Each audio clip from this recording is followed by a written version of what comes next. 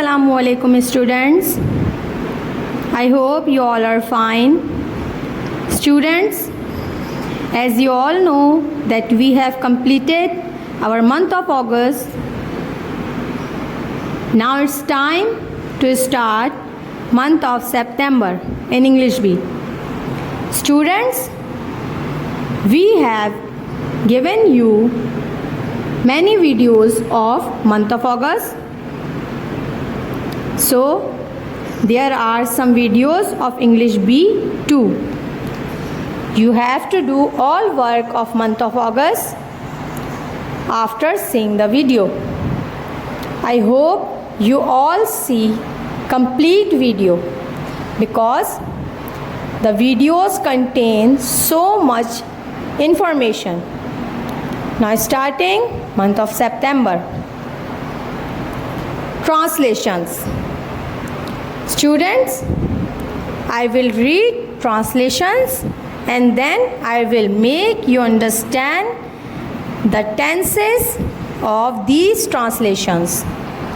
So, number 1 is मैं school जाऊंगा.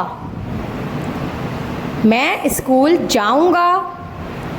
I will go to school.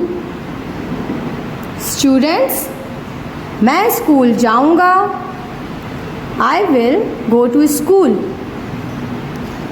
वो आपसे माफ़ी मांगेंगे. They will apologize to you. क्या मेरा भाई मैच जीतेगा? Will my brother win the match?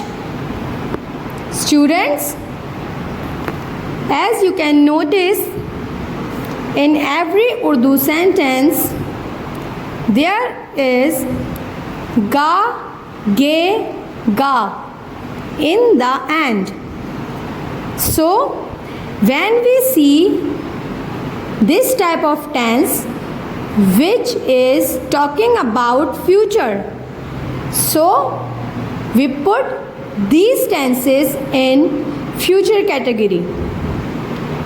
So students, as I told you before that future have 4 categories: future simple, future continuous, future perfect, future perfect continuous. So there are tenses of future simple. Students, there is जाऊंगा, मांगेंगे, जीतेगा. Student, these type of simple tenses but related to future is called future simple tenses. Students, I told you in previous video that future simple tense includes 2 helping verbs. Number 1 is will, number 2 is shall. I will go to school.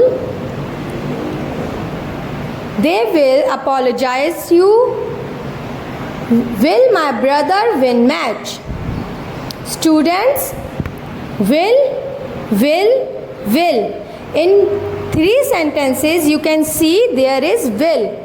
Will is helping verb of future simple tense. Students, we use first form of verb with helping verb will in future simple tense. So you can see go, apologize, win.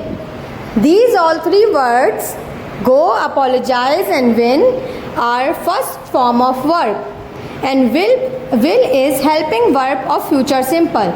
So it is understood that we use first form with helping verb in future simple. Students, as you can see in third tense there is a question mark. So this question mark indicates the interrogative tense. It means this tense is interrogative. ये हमारा सवालिया जुमला है जिसमें हम सवाल कर रहे हैं. Students, tense number 3 क्या मेरा भाई मैच जीतेगा? स्टूडेंट्स, अगर मैं इस टेंस में क्या जो फर्स्ट टेंस के शुरू में ही लगा है, अगर मैं क्या हटा भी देती और सिर्फ क्वेश्चन मार्क डाल देती, तब भी you have to understand that question mark is the indicating symbol of interrogative. Interrogative का इंडिकेटरी सिंबल है क्वेश्चन मार्क। क्या मेरा भाई मैच जीतेगा? Will my brother win match? ये हम सवाल कर रहे हैं। क्या हम समंदर की सैर करने जाएंगे? Will we go to seaside for picnic? क्या हम समंदर की सैर करने जाएंगे? Will we go to seaside for picnic? Students, in this tense there is also kya and at the last there is question mark. Students, you have to understand the sense of question mark. If you see question mark in any tense, you can easily determine this that this is interrogative tense. ये हमारा सवालिया जुमला है। जिस जुमले के आखिर में आपको सवालिया निशान यानी क्वेश्चन मार्क मिल जाएगा, अगर उसमें क्या नहीं भी लगा हुआ है स्टार्ट में, तब भी आप ये बात समझ जाएंगे कि वो सवालिया जुमला है। क्वेश्चन मार्क की बहुत वैल्यू है हमारे इंट्रोगेटिव टेंस में। सो नंबर 5 इज़, क्या वो आपसे बात नहीं करेगा? Will he not talk to you? क्या वो आपसे बात नहीं करेगा? Will he not talk to you? Students, in this tense, you can see there is question mark. क्या वो आपसे बात नहीं करेगा? Will he not talk to you? Students, will is helping verb in future simple tense and first form will be first form in interrogative also. पहली form जो हम use करते हैं, वर्ब की फर्स्ट फॉर्म जो हम यूज़ करते हैं टेंस में, वो इंट्रोगेटिव होने पर भी फर्स्ट फॉर्म ही रहेगी। अगर हम नेगेटिव में बनाते हैं तो वो भी फर्स्ट फॉर्म ही रहेगी। स्टूडेंट्स, यहाँ आपको एक बात समझनी है। सिंपल मीन्स बयानिया जुमला, यानी हम एक बात को बता रहे हैं। नेगेटिव मीन्स इनकारिया जुमला, यानी हम एक बात से इनकार कर रहे हैं।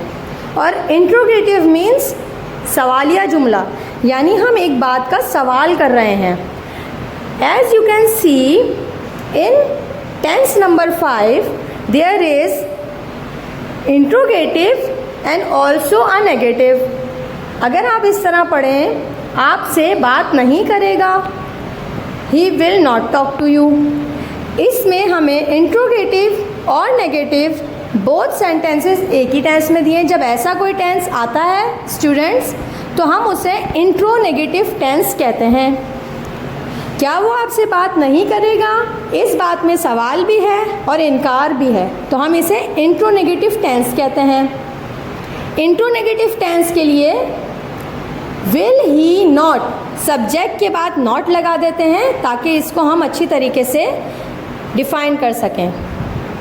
स्टूडेंट्स, आपके मंथ ऑफ सितंबर में इंग्लिश बी में आपके पास यूनिट नंबर 11 है सबसे पहले, फिर यूनिट 24 है और फिर आपका सिलेबस वर्क है।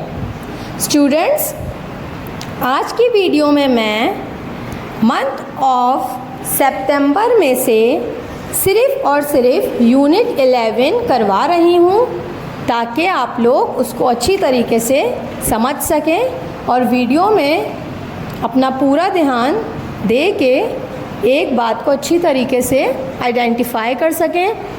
Students, unit number 4 is do you know their names 2। Students, ये पार्ट 2 है क्योंकि हम पार्ट 2 प्रीवियस मंथ्स में देख चुके हैं, कर चुके हैं, इसलिए अब हम पार्ट 2 करेंगे। So let's get started. We do this work from the grammar tree, second edition, book 3। As you can see, आप सबके पास ये बुक है और ये बुक बहुत ज़्यादा इन्फॉर्मेटिव है। स्टूडेंट्स, हमने काफ़ी सारे चैप्टर्स इस बुक में से कर लिए हैं। मंथ वाइज हमारी ऑनलाइन क्लासेस में, वीडियोस में काम जा चुका है।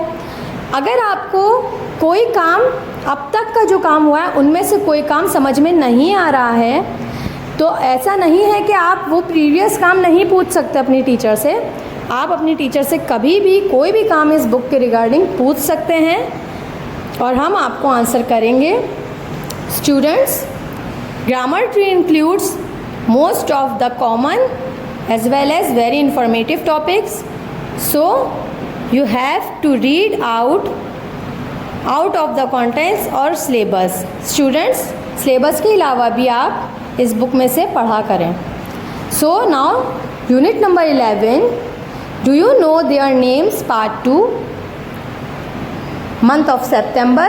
as you can see, this is first word of month of September। हमारे month of September का ये फर्स्ट काम है और ऐसी ही एक एक्सरसाइज हम पार्ट 1 जो है इसका वो प्रीवियस मंथ्स में कर चुके हैं। मैं चाहती हूँ आप लोग वो वाला काम भी दोबारा रिपीट करें ताकि आप लोग ज़्यादा से ज़्यादा इन्फॉर्मेशन हासिल कर सकें।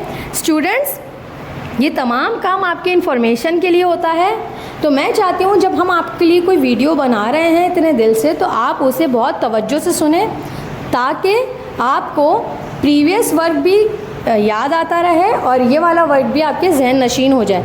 एक वीडियो को आप बार बार सुना करें ताकि आपको उसी तरीके से वो चीज़ याद हो जाए जिस तरीके से प्रीवियस वर्क याद है। स्टूडेंट्स, आप प्रीवियस वर्क इसका पार्ट 1 भी ज़रूर देखिएगा और उसको अच्छी तरीके से याद रखिएगा कि हम किस को क्या कहते हैं। Now I am reading the question.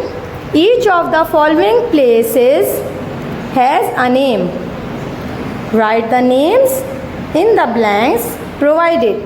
Students, पहले जो पहली वाली एक्सरसाइज थी उसमें हम काम परफॉर्म करने वाले का नाम लिख रहे थे, यानी कि ये ड्यूटी कौन परफॉर्म करता है।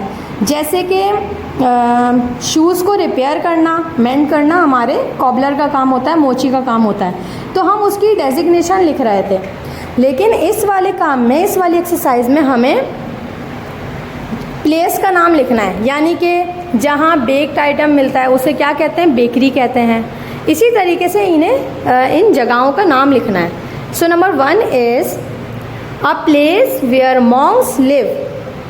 जहाँ मॉन्क्स रहते हैं उन्हें कौन सी जगह कहते हैं, monastery. MONASTRY, monastery. Students, point number 2 is a place where horses are kept। स्टूडेंट्स, वो जगह जहाँ घोड़े रखे जाते हैं या बांधे जाते हैं, जहाँ घोड़ों की तरबियत हो रही होती है, उसे क्या जगह कहते हैं, उस जगह का नाम क्या है, what is the name of that place. It is called stable. STABLE, stable. Students, number 2 is a place where horses are kept is called stable। Number 3, a place where money is printed or coined। Students, ऐसी जगह जहाँ पैसे छपते हैं या coin बनाए जाते हैं, ऐसी जगहों को क्या कहते हैं, mint। MINT, mint। MINT, mint। Students, the home of a lion is den। Students, जहाँ शेर रहता है, जिस गुफा में रहता है, उसको क्या कहते हैं, den।